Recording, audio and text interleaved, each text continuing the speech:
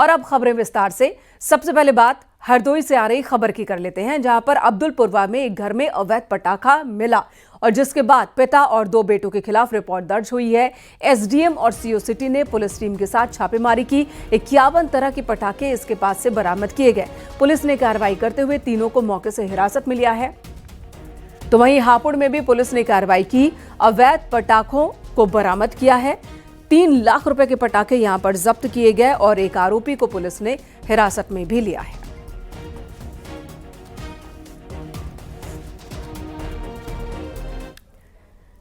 मेरठ से खबर, जहां 25,000 के इनामी बदमाश शहजाद उर्फ निक्की को पुलिस ने एनकाउंटर के दौरान ढेर कर दिया।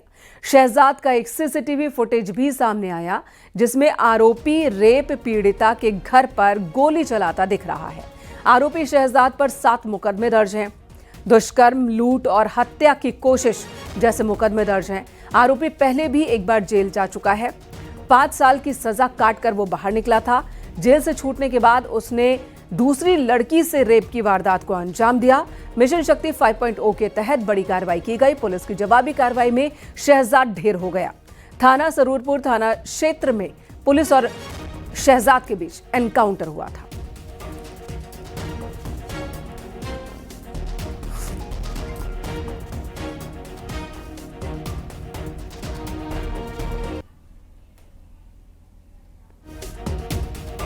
ये बदमाश ने पूर्व में भी एक नाबालिग बच्ची के साथ दुष्कर्म किया, जिसमें वो काफ़ी गंभीर रूप से घायल हुई थी और इसमें 5 साल की सज़ा जेल में बिताई है।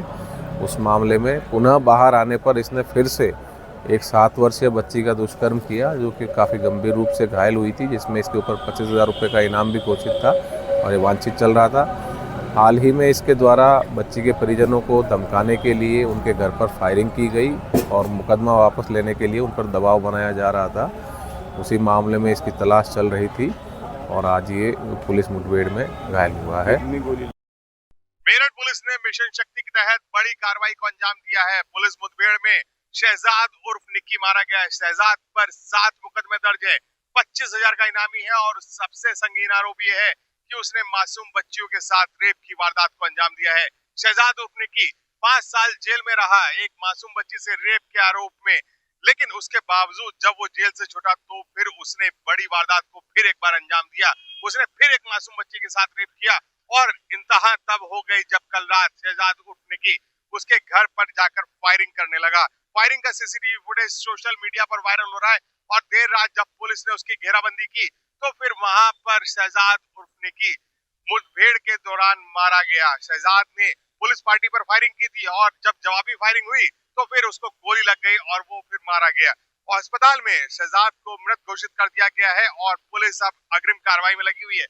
अब तक 7 मुकदमे सामने आए हैं शहजाद पर और कई गंभीर अपराध भी उसके ऊपर हैं। लड़कियों से बलात्कार और तमाम लूट टाइप के मुकदमे उसके ऊपर हैं और अब उसका अंत हो चुका है। पुलिस इसे बड़ी कामयाबी मान रही है। मिशन शक्ति के तहत पुलिस ने बड़ी ऑपरेशन को अंजाम दिया और उस पूरे ऑपरेशन की मॉनिटरिंग एसएसपी विपिन टाड़ा कर रहे थे। झांसी में भी एनकाउंटर हुआ पुलिस और बदमाशों के बीच। पुलिस ने लूट के आरोपियों को एनकाउंटर के दौरान गिरफ्तार किया। एनकाउंटर के दौरान एक बदमाश के पैर में गोली लगी, जबकि दूसरे बदमाश ने खुद ही सरेंडर कर दिया। दोनों आरोपियों ने रिक्शा चालक से रिक्शा, फोन और 200 रुपए लूटे थे। दोनों बदमाश सवारी बनकर रिक्शे में सवार हुए थे और फिर उन्होंने लूट की वारदात को अंजाम दिया था।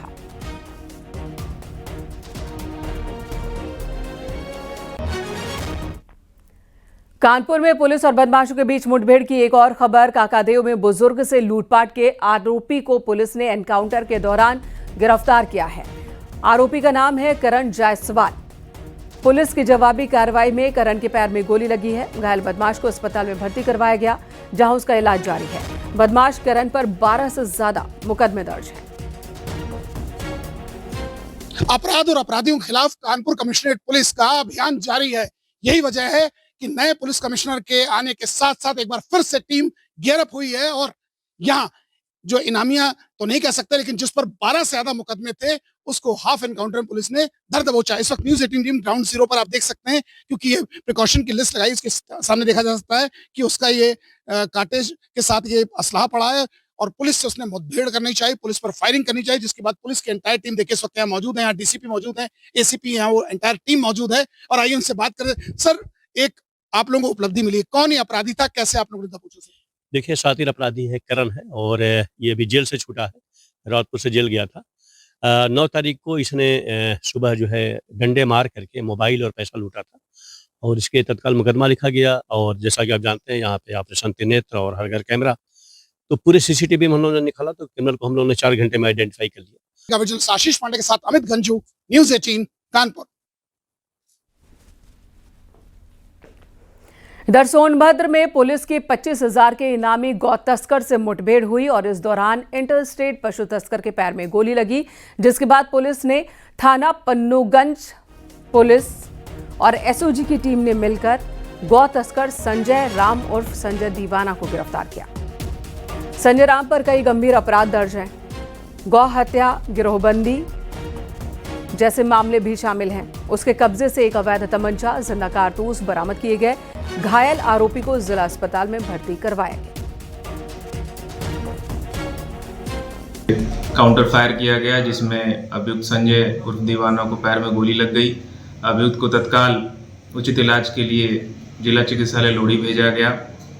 अभियुक्त के पास से एक 315 बोर का तमंचा, एक जिंदा कारतूस, एक खाली कारतूस एवं कुछ रुपए बरामद हुए हैं। चूँकि संजय पूर्व से भी इनामिया बदमाश रह चुका है और इसके विरुद्ध कई क्रिमिनल केसेस एवं काउ स्लॉटर एक्ट के कई मुकदमे भी इसके विरुद्ध दर्ज हैं, तो पुलिस को एक अच्छी सफलता मिली। नोएडा से बड़ी खबर, 2 बाइक सवारों के बीच मारपीट हो गई। टक्कर लगने के बाद जमकर मारपीट हुई है। बीच सड़क एक दूसरे पर इन्होंने हमला किया है। पुलिस इस मामले की पड़ताल कर रही है। ये वीडियो सोशल मीडिया पर वायरल हो रहा है, जिसमें आप देखिए कैसे हेलमेट से एक दूसरे पर अटैक किया जा रहा है। ग्रेट वैल्यू शरणम सोसाइटी के पास की ये घटना है।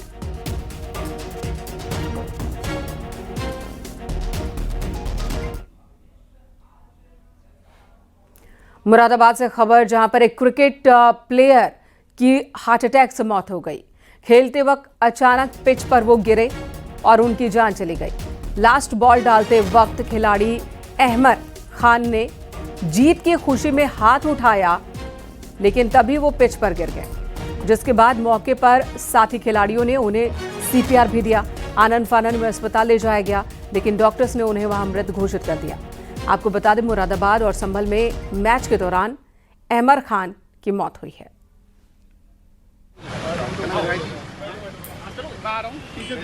ये आपको तस्वीर दिखा रहे हैं, अहमर खान की तस्वीर। यही वो खिलाड़ी हैं जो खेल रहे थे और तभी जैसे ही जीत का जश्न मनाने लगे, तभी उन्हें अटैक आया और पिच पर ही वो गिर पड़े। लोगों ने पहले सीपीआर दी, फिर अस्पताल ले गए, लेकिन अस्पताल ले जाने पर डॉक्टर्स ने उन्हें मृत घोषित कर दिया। इस तरह से एक खिलाड़ी की अचानक मौत हो गई। एक व्यक्ति की हार्ट अटैक की वजह से जान गई है।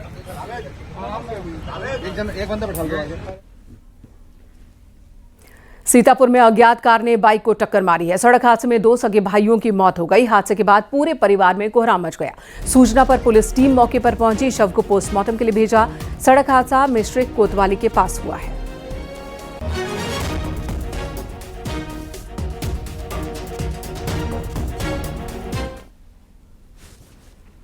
आजमगढ़ से खबर, जहां एसबीएसपी कार्यकर्ताओं की बस करंट की चपेट में आ गई, जैसे 3 लोगों के झुलसने से झुलस गए हैं। वो गंभीर रूप से घायल हैं, उन्हें अस्पताल में भर्ती करवाया गया।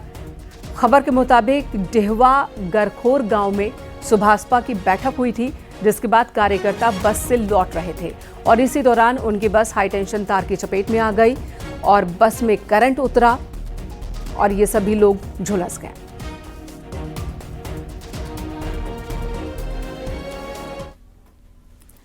संभल में 80 अवैध मकानों को नोटिस देने पर सांसद जियाउर रहमान बर्क ने निशाना साधा।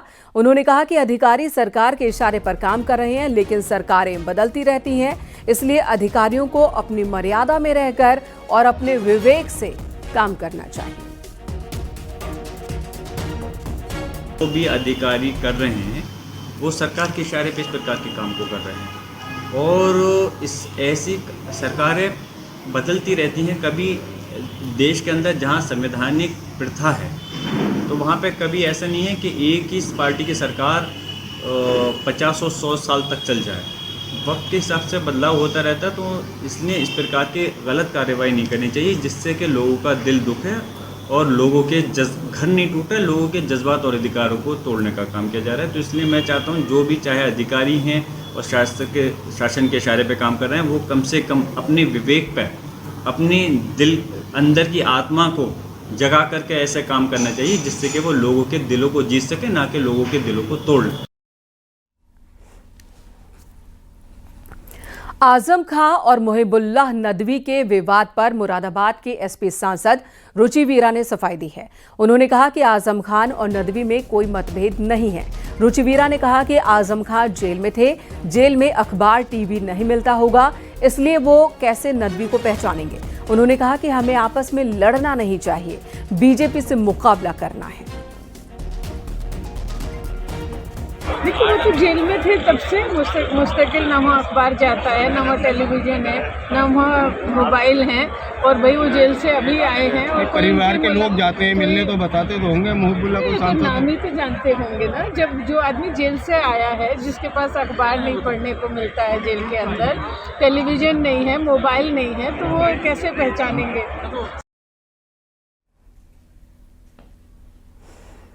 तो ये भी अजीब सा ही एक तर्क है, जबकि रामपुर में कहते हैं कि हर एक चीज़ पर निगाह आजम खां की होती है। वो एक इंसान को न पहचाने जिसे समाजवादी पार्टी ने उनकी मर्जी के बगैर कैंडिडेट बना दिया था, ये अपने आप में ही अजीब सा तर्क है। इधर सीएम योगी आदित्यनाथ ने राजधानी लखनऊ में जनता दर्शन किया। सीएम योगी ने यहां पहुंचे लोगों की फरियाद सुनी और अधिकारियों को उनकी समस्या का जल्द से जल्द समाधान करने के निर्देश दिए।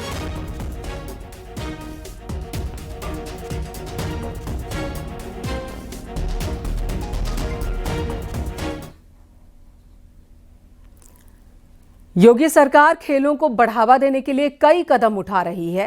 नेशनल और इंटरनेशनल टूर्नामेंट में मेडल जीतने वाले खिलाड़ियों को नौकरी और करोड़ों का इनाम दे रही है।